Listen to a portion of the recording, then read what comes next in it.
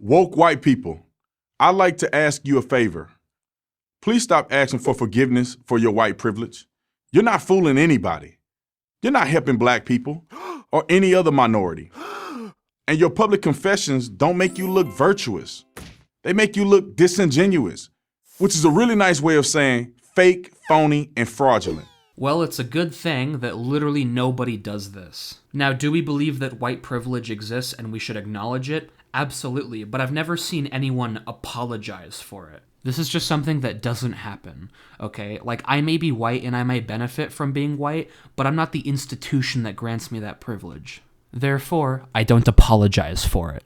For starters, what is white privilege anyway? Well, it's actually pretty easy to understand. You see, white privilege is the idea that white people have certain privileges that other people do not. They're privileges. Now, that doesn't mean that all white people are better off than all non-white people, but generally speaking, being white can grant you more privilege than being a person of color. Because you're born with white skin, you have all these advantages that I don't have? Like what? Okay, sure. So in regards to things like criminal justice, there have actually been studies that shown that when put in front of the same judge for the exact same crime, black people tend to get harsher sentences.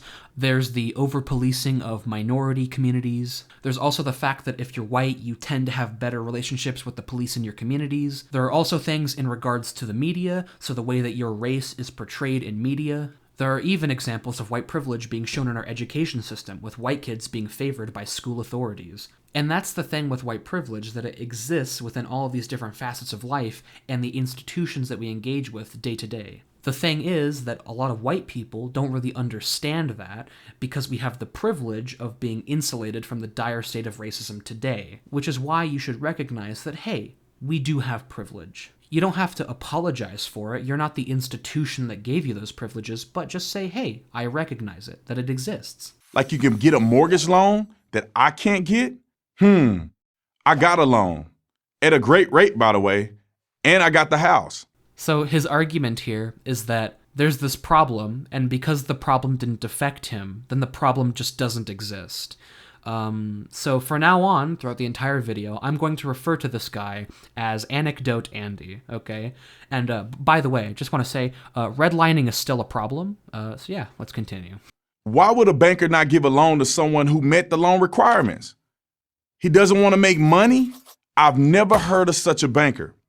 Wait, are you fucking kidding me? Is this really your argument? Like, do I have to really teach this person what happened in, like, during Jim Crow and how, like, businesses would, like, willfully discriminate and not serve black people despite the fact that they could have made a fuck ton of money off of serving them? Like, is this really the hill this person wants to die on? Jesus fucking Christ. Or how about this? You can enter a store and not be looked upon with suspicion, but I, a black person, cannot? Except that has never happened to me. Oh my fucking god, it's the same shit again. Hey guys, this thing didn't happen to me, therefore the problem doesn't exist. Anecdote Andy. But if I was a young dude with my pants hanging down to my butt, I could understand why the store owner would be concerned. Yes, because everyone who gets racially profiled has their pants sagging down to their butt. Is this guy really making, like, excuses for racial profiling right now? Okay. This guy is Uncle Ruckus, dude. Whoa, hold it right there. Hey, man, Where's the gun, huh? Where's the gun? I used to be a cop. Believe me, I understand. If I owned a store, I'd be tracking that kid too, whether he was black, white, or anything else. Or what if I had a store that had a history of being shoplifted by young black women, and a young black woman with a bad attitude walked in?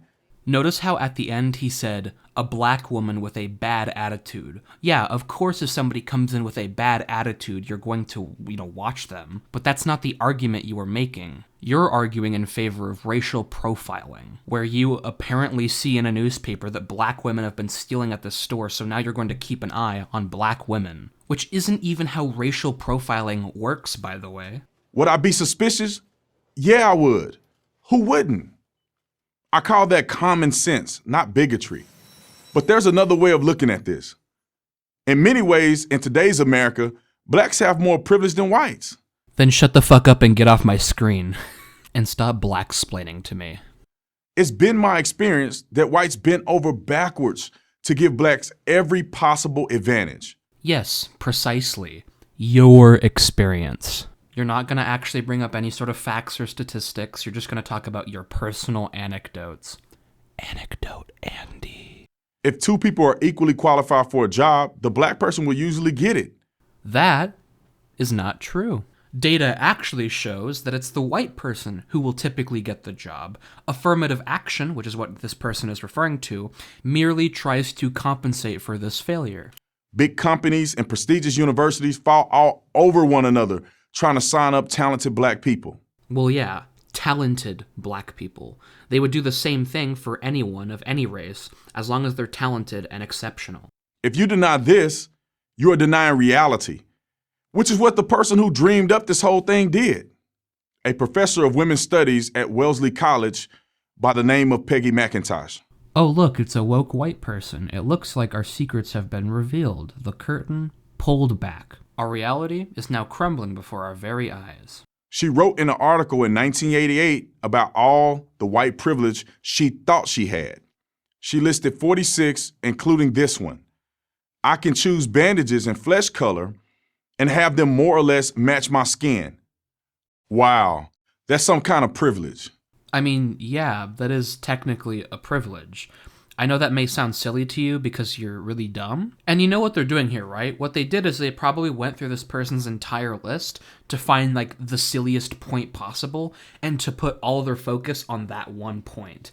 If this is the silliest point, then I'd probably wager to say that the other points that they didn't include are pretty fucking good. Also, while we're talking about this, I just want to say that the concept that white privilege exists is academic hegemony, and almost no real credible academics will contest that. Soon others took up the cause. Today, these so-called progressives dominate our colleges and universities, imposing this absurd notion of white privilege on their students.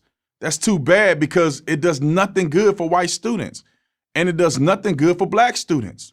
How? Are you actually going to specify anything? Are you going to tell me how it doesn't do any good for anybody? No? Okay. But of the two, ironically, the white students get the better of the deal. Let me explain. To acknowledge your white privilege is supposed to make you feel bad. No, nobody's saying that you're supposed to feel bad. Just acknowledge that it exists. Only it doesn't. It makes you feel good because by acknowledging your white privilege, you're declaring yourself to be enlightened. Yeah, I actually agree with that. Yeah. If I say a correct statement and that correct statement makes me feel good because I'm enlightened, yeah, dude, I totally agree with that. Thanks, buddy. And as a virtue bonus, it also makes you a better person than those whites who don't acknowledge their privilege. Dude, I totally agree. Not just that, but it also makes me smarter than those other people. Yeah, dude, I'm so glad that we could find some common ground, okay? Thank you. Meanwhile, the real damage is to blacks. What makes whites feel good makes blacks angry. More than 50 years after the civil rights movement, the message is, you're still oppressed. Yes, they are still oppressed. Are you going to explain how they're not? By the way, you've still yet to tell me how white privilege doesn't exist. How can this not create a victim mentality? I guess I really don't see how acknowledging that white people have benefited from past oppression instills some sort of victim mentality in people.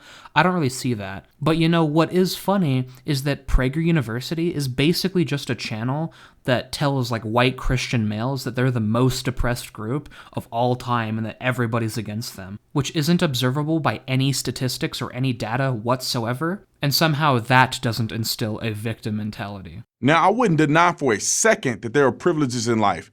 They're all over the place. There's two-parent family privilege. That's huge. There's being lucky to be born in America privilege. There's good gene privilege. But white privilege? Doesn't it depend on the person? There are people who have two-parent families who have had shitty lives. There have been people who are born in America that have shitty lives. There are people with good genes who have had shitty lives. And there have been people who are white who have had shitty lives. Privilege doesn't mean that everyone who belongs to a privileged group has some daisy fucking awesome life. Of course it depends on the person. Let's take this for example. A black lawyer and his wife have a baby, and a meth addict, single white woman has a baby. Which kid has privilege? Both families have certain privileges. The black family has the privilege of having wealth, as well as having a two-parent household. Now, the meth-addicted single white woman has the privilege of being white. If she wasn't white, she would statistically probably be even more fucked than she currently already is. Again, privilege doesn't mean that you live some awesome, super cool, fantastical, fucking amazing life. The white one? Because he's white? Come on now.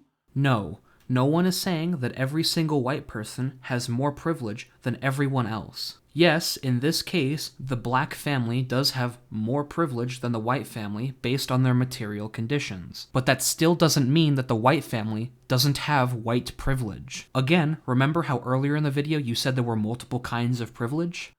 And here's the kicker. Even if it were true, all those claims about white privilege, so what? Wait, how the fuck do I respond to that? I guess you don't care about the facts? Okay, I mean, okay. Like, what the fuck am I even doing if you don't care about the facts?